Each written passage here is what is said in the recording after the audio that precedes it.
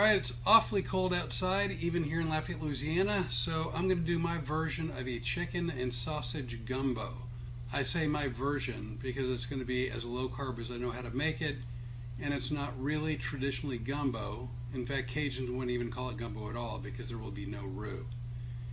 It's going to be a combination of chicken and beef broth with chicken thighs, sausage, tasso, spices, and then the onions, bell peppers, celery, and I'm putting in some jalapenos as well. First thing I'm going to do is put the chicken thighs in the oven at 300 degrees for about 45 minutes. Before doing that though, I'm going to season them up a little bit. So, this absolutely does not belong in gumbo, but I'm putting it anyway. Some curry powder, oregano,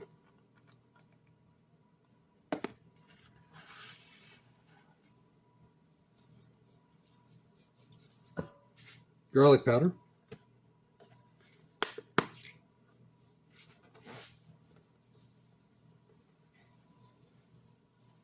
little bit of cayenne,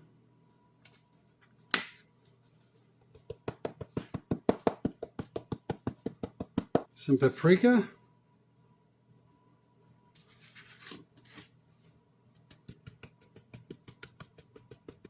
little bit of thyme.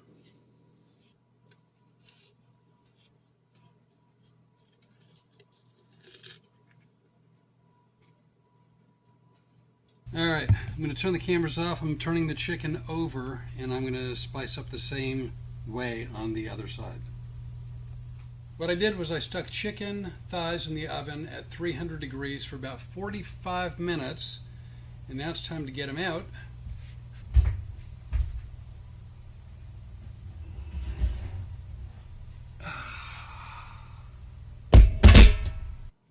Just took the chicken out of the oven. It went approximately 300 degrees for 45 minutes. Not completely evenly seasoned, but that's okay. It's going to go into the soup, and so that'll be fine. I'm going to let it rest for a bit while I go on to the next step. Can I ask why you always let meat rest? You know, so the question from the Renee, why do you let meat rest? Evidently, and this is from what I've been able to hear and read and whatnot, if you cut into meat just fresh off the stove or fresh out of the oven, all the juices are going to run out, and then it's no longer going to be juicy or flavor. I mean, it'll have flavor, but it won't be as juicy. By letting it sit for 5 or 10 minutes, it lets the juice sort of absorb throughout the meat, and it'll make it more moist and it'll make it juicier. So I am now going to cook. Normally I would get mild sausage. I don't know why. Well, I do know why it was on sale. So I got Crazy Cajun from Richard's hot smoked sausage. And I'm going to cook this first. And then after this is done, I'm going to use the fat that I've rendered from the sausage, and I'm going to cook the vegetables. So everybody says use a neutral oil. I say no. I'm going to go with olive oil again. Will that alter the flavor? Probably. This is not, Cajuns would not call this gumbo. Cajuns would call this soup. And that may be true. But for me, it's inspired by gumbo. And what I mean by that is hopefully all the flavors you can get minus the roux with, fewer carbs. So letting the oil get kind of shimmery. Let's take a quick look.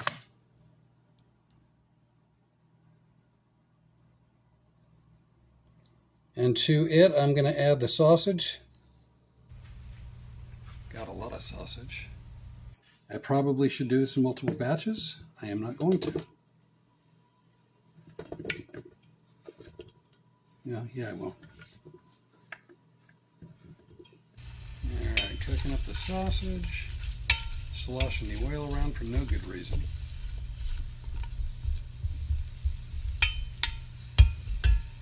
So what I'm going to do is I'm going to go ahead and cook the sausage both batches, and then I'm going to stick them in here, which is where the chicken is, and I'm going to kind of let that sit for a while. So meanwhile, I'm going to turn the video cameras off, and I'll come back shortly. This is the second batch of sausage. Now cooked. I'm going to take it off the stove, sticking it in with the chicken for now. Now at the bottom of this pot is just chock full of all kinds of flavor, and so I'm going to use the grease from the sausage, and I'm going to saute onions, bell peppers, celery, and jalapenos. All right, which I have already pre-cut. There's the onions on top. So again, here you can see bell pepper, jalapenos, onions, celery.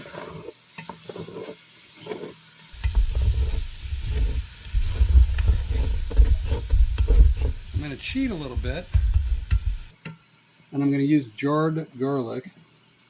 I'm actually too lazy today to do fresh garlic. This will do. This will be fine.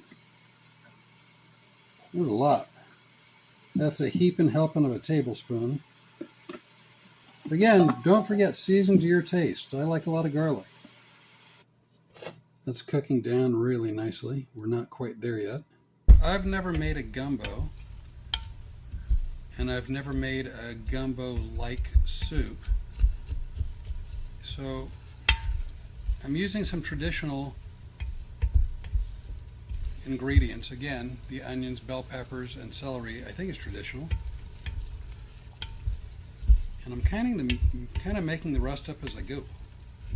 I am sincerely hoping this pot is big enough for all the meat that I've cooked. I guess time will tell. To this, I have chicken soup that I made from December 4th, 2025. I doubt you can see that. So I'm going to add this in now. Should it be still partially frozen? I don't know, probably not. It's probably a bad idea. But you know what? I didn't defrost it on time, so now I'm going to have to suffer the consequences.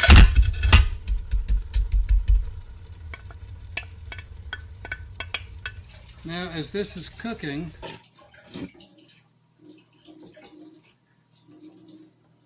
all that good chicken broth, I'm going to add in the meat, then I'm going to add in some beef broth.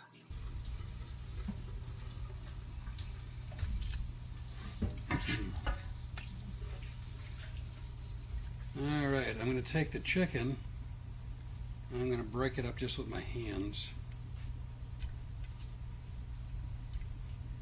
Man, that smells good. Chicken's cooked perfectly. By the way, this was boneless, skinless thighs. I'm going to add in 8 more cups of water if the pot will hold it. And to this, I'm going to add 2 heaping teaspoons. This is better than bouillon. This is roasted beef base.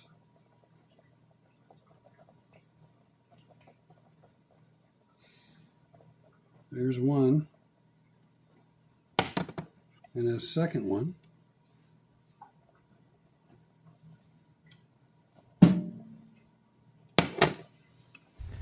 And then a little bit more chicken. There it goes. For flavor.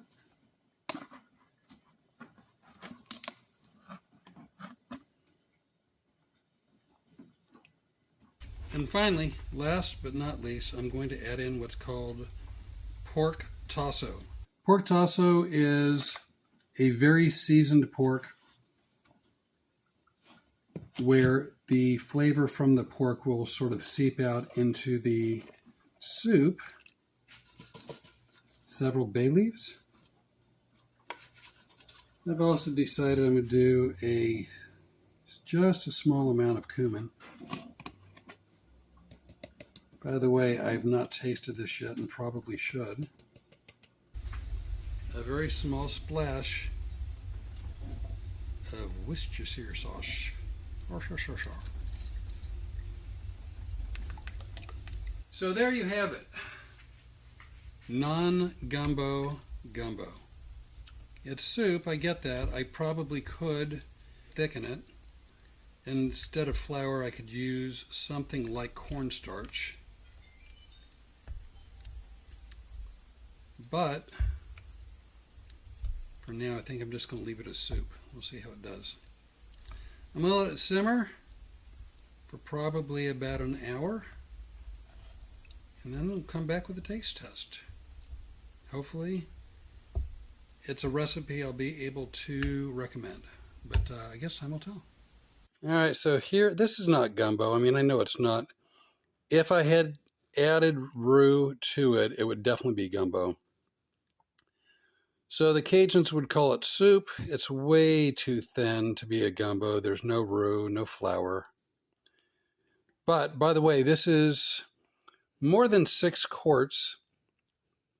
It's got about $8 in chicken, about $9 or $10 in sausage, $4 or $5 in tasso, and assorted onions, peppers, whatnot.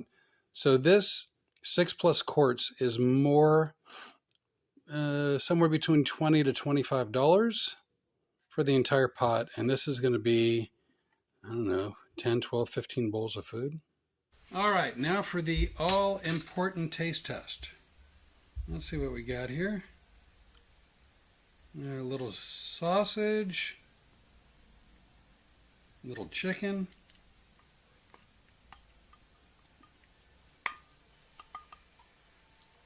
Gonna be hot.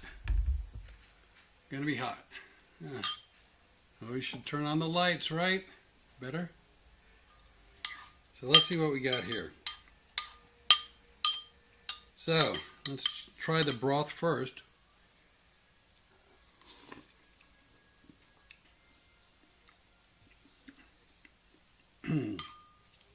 Really good. It's a nice mixture of spices. It's spicy, but not too spicy. Really rich flavor. Let's go ahead and try some sausage.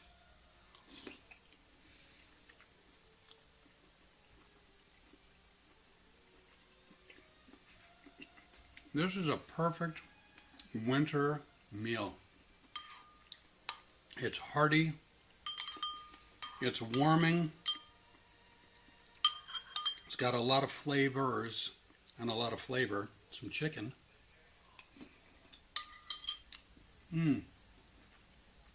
It's tender. It's juicy.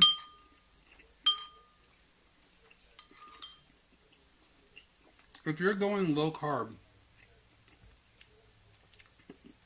if you're going keto, if you want a ton of flavor, I get it. This is not gumbo, but it's so close, at least in terms of flavor and ingredients.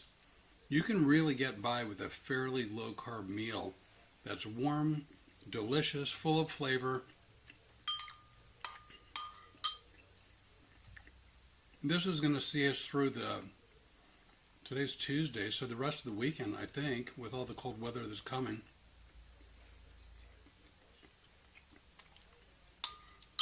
We are Road Comics Adventures. We do podcasts every Tuesday. You can find us on Spotify, iHeart, Amazon, Rumble, YouTube. There's a few others that I'm forgetting. I was doing cooking videos every week. I'm going to drop that down to one every 3 or 4 weeks.